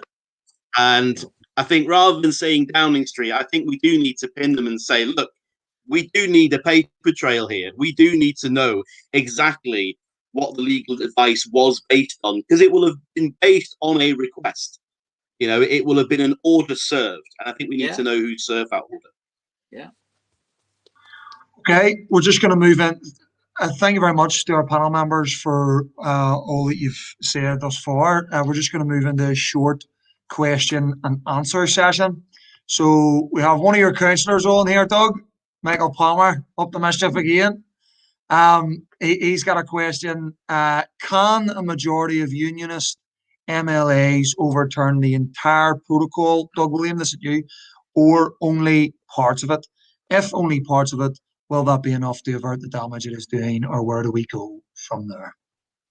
Well, it's nice to see Michael on. He's not one of our councillors, but he's certainly one of our activists, and he's a really good bloke as well, I have to say. Sorry, Michael. And he does challenge, and he challenges me as much as he challenges anybody else. Listen, here's the problem, and I alluded to it. You cannot vote away the whole protocol. You can vote away Articles 5 to 10 of the protocol. They're important articles, I have to say. You know, the meat of the protocol, and you can vote them away, and you can do that if you had a majority of Unionists who want rid of it, or in fact, if you just had a majority in the Assembly who wanted rid of it. You know, people might think it's not great, and regardless of where they come from. So you can vote away Articles 5 to 10 of the protocol in 2024, but then you go into a 2-year period, and that 2-year period means that Articles 5 to 10 are replaced with something else. So something else goes in its place. No idea what that would be. No idea if it would be better. No idea if it would be worse. But ultimately, the protocol would still be there 2 years later. So 2026, we would still have a protocol, but Articles 5 to 10 would be different. And we've no idea what that difference would be. So the simple answer to that is you cannot vote away the protocol so it's gone according to the protocol. You can only vote away Articles 5 to 10 of the protocol to be replaced with a new Articles 5 to 10 2 years after that, if that makes sense. Yeah, but Doug, the important thing is that you be voting away the ability of the EU to impose all of the laws which are contained in the annex there, the 67 pages of EU directives, etc. You'll be voting away the ability of the EU to put in place any more of those on Northern Ireland. So the democratic deficit we have talked about, or bypass, you'll be saying we're now taking responsibility for all of that body of law back to the Assembly, and it no longer rests with Europe. But you're quite right; it doesn't do away with some of the other parts of the protocol. But the democratic I'm right in saying, Sammy, that the 2 years afterwards, when they replace Articles 5 to 10, because it has to be replaced with something. That is done in the same manner as the protocol was negotiated in the first place. In other words, it's done by the UK government. That's right, and that's the same with Article 16 as well. I suppose you're relying on them. The only thing is this, yes, and you are relying on to replace it with something which, and that's when the arguments are open to other kind of things. My view is that if we have to wait that long, a lot of damage is going to be done in the meantime. And it's important, in my view, that we push for the alternatives that we have talked about here tonight, not in 4 years' time when a vacuum is created by the Assembly, if it ever did, voting down those parts of the protocol, but it's replaced quickly with a workable alternative now, rather than waiting for that length of time. My worry is that once these things are embedded, because you'll get the same. See, from all the people who want us to remain in the EU and are supportive of the protocol, you'll get all the same arguments again. Oh, it'll be an absolute disaster for industry in Northern Ireland if you have this 2-year limbo when we're not following the EU law, and we've got problems at the border and everything else. You'll get the same arguments, and that's why I think that we really can't afford to allow it to go on to that length of time. Process. So we've got another question here from Aaron. A question to Sammy and Doug, and I'll open this actually. So what it says, what can you do to cause real disruption to the protocol? And if you could answer that, and then open that up and say, okay, well, I believe the protocol is an injustice. I believe it must go, and I'm asking, what can I do? So what can you do as individuals in the positions that you have, but also what can ordinary loyalists like me do to cause disruption to the protocol or to help in the fight against the protocol? Well, if I can maybe, I think that there's action at three levels. The first one is, I think that it's important that those of us who are at Westminster, and I just before I came on this tonight, I was discussing with a number of senior Conservative MPs what we could do collectively with them, and how we could get the message home that the Northern Ireland Protocol just doesn't affect Northern Ireland; it affects the whole Kingdom. And we had a very good discussion about the sensitivities that the government has in what are called the red wall seats now, where people really voted for Brexit and are probably not aware, and we've got to spell out how the protocol can affect businesses in their area, which can't trade freely with Northern Ireland, where the protocol still allows the EU to kick the British government around when they decide to do so. So you haven't really got Brexit. So there's a fight to be done on the mainland in GB as to and to put some pressure on the government, and they are very sensitive about the votes in the red wall seats. Secondly, in Northern Ireland, I think that there are things that the Assembly could do. And I mean, ministers in government departments which are held by Unionists and which require some action on the protocol, and I mean, DAERA would be the prime example here. I think that they have to make it quite clear they will not implement the protocol. I was encouraged, by the way, that in my own local council here in Mid and East Antrim, which is responsible for the environmental health inspections in the Port of Larne, Mid and East Antrim Council have now told the Prime Minister and written the Prime Minister and Lord Frost and the DAERA Minister that they will not be employing the additional staff which are required to carry out the checks. They will not be imposing charges, which the EU is insisting they do for those staff and putting it, and they will not either employ the staff so the charge goes on the ratepayers, and that they no longer wish to be the body which has to do this. Now that's causing disruption.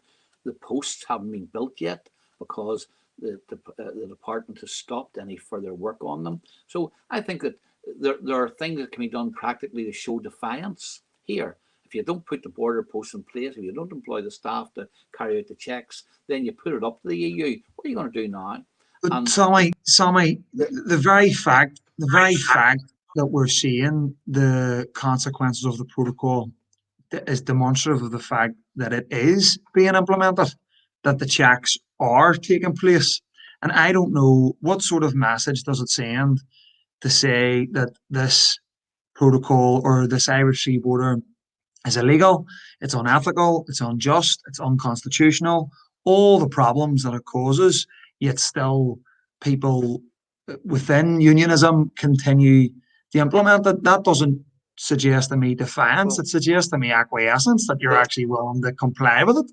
Well, Moore, I mean, first of all, some of the staff were already there because, of course, we always did have SPS checks anyway between GB and Northern Ireland, because we are a kind of a unit, and we wanted to keep diseases from GB out. But the infrastructure which was required is not there. The additional staff is not there. In fact, that's what the EU are complaining about, that you're not complying. You have not put the posts in place. You have not put the staff there to do it. There always was staff there, and now we've got at least one council saying it needs. They reckon, for example, would have to employ another 80 environmental officers to carry out the checks. Mid and East Antrim said we're not doing it. The Department of of DAERA require another 100 vets. They have not employed, indeed they have refused to advertise for those vets. So all of those things are being done to and can be done, I think, to defy the EU. And thirdly, what can unionists do? I think that ordinary unionists in the street have to make it clear to their public representatives and through the protests which they engage in. And I'm glad to see that there are actually protests taking place, though I think that we've got to be very careful how those protests are carried out.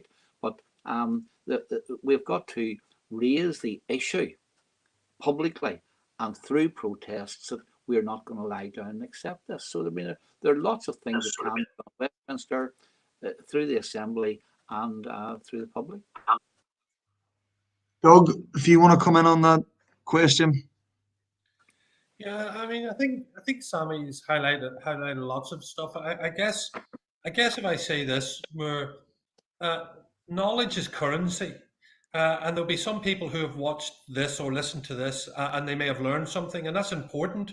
You know, so forums like this are great in trying to get that information down to people so they understand the problem far better, and they understand as well that every action has a consequence, or every reaction has an action, you know, and some of them are implied, and some of them are specified, and some of them can be positive, and some of them can be negative. I get the anger and I get the frustration, and I know it's pointed sometimes towards me or Sammy or politicians, and I accept that.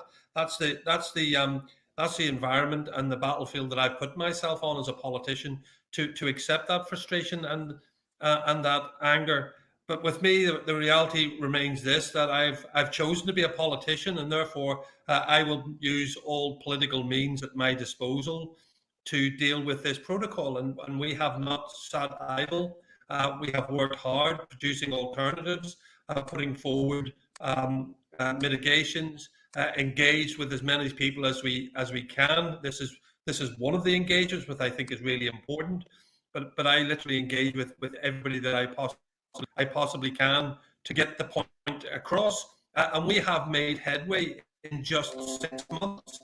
You know, people are listening to what is being said, and a lot of it is on the political stage. Of course, everybody has the right to demonstrate, and nobody should take away that right to demonstrate. And it would be wrong of me not to say and plead that everybody does that demonstration in a legal manner, and presently in a COVID restrictive manner, you know, because that's important. And if you don't do that, in many ways it can undermine your message. So instead of hearing what's being said on the podium and listen to it and seeing it's important and understanding unionist concerns in regards to what is going on, people end up, focusing on something completely different. So, you know, it's really important that any message that you put across, be it as a politician speaking to people here, or behind closed doors with other politicians or other countries in regards to the protocol, that message is clear, concise,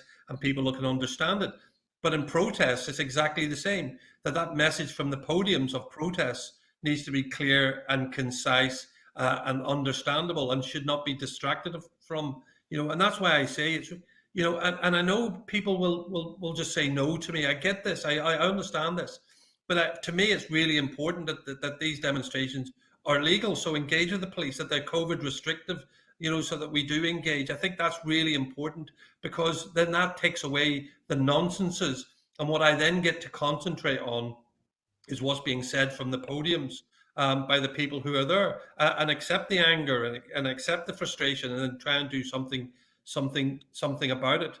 And we won't stop. I mean, I think the UK government are going to have to take action this month, whether that's Article 16 or whether that's their own unilateral action. You know, they're going to have to do something just on the medicines alone, if I look at that, but other things will fall into that as well. So that's how I see it. And I know people will look at me and say, well, that's not what I want. I want to hear something else, you know, but that's what I am as a politician. That's where I'm always going to be. Yes, I want to hear something else, right? Get you on the podium. But listen, thank you very much. I think that's us done with the questions, and that's all we've got for our panel members. On behalf of Let's Talk Loyalism, I want to thank you all for attending this evening. Appreciate that, Doug, Sammy, and John. Thank you very much for giving up your time. To all those who listened and who were watching this evening, we hope it's been an informative event for you all. We might have differences of opinion on this, but hopefully the idea that the protocol is the only show in town, that there is no alternative, has been debunked tonight. We've heard a number of alternatives from Doug, Sammy, and John, and as we go forward, hopefully they can be oxygenated further, and the idea that the protocol is the only thing, or the inevitable outcome, or only available way forward is not entertained as much as it has been. Thank you very much for listening, and here's the next one. Cheers, lads. Can I say thank you for the platform tonight, because I think Doug's right. Knowledge and information is important in all of this. Yeah, I thought it was a good discussion tonight, and so thanks very much for the platform to do that and to talk to the audience. Yep, no problem. Thanks. And thank you for inviting us on as a think tank from Great Britain. We really appreciate it. Super, John. Thank you. All right, folks. Thank you. Thanks.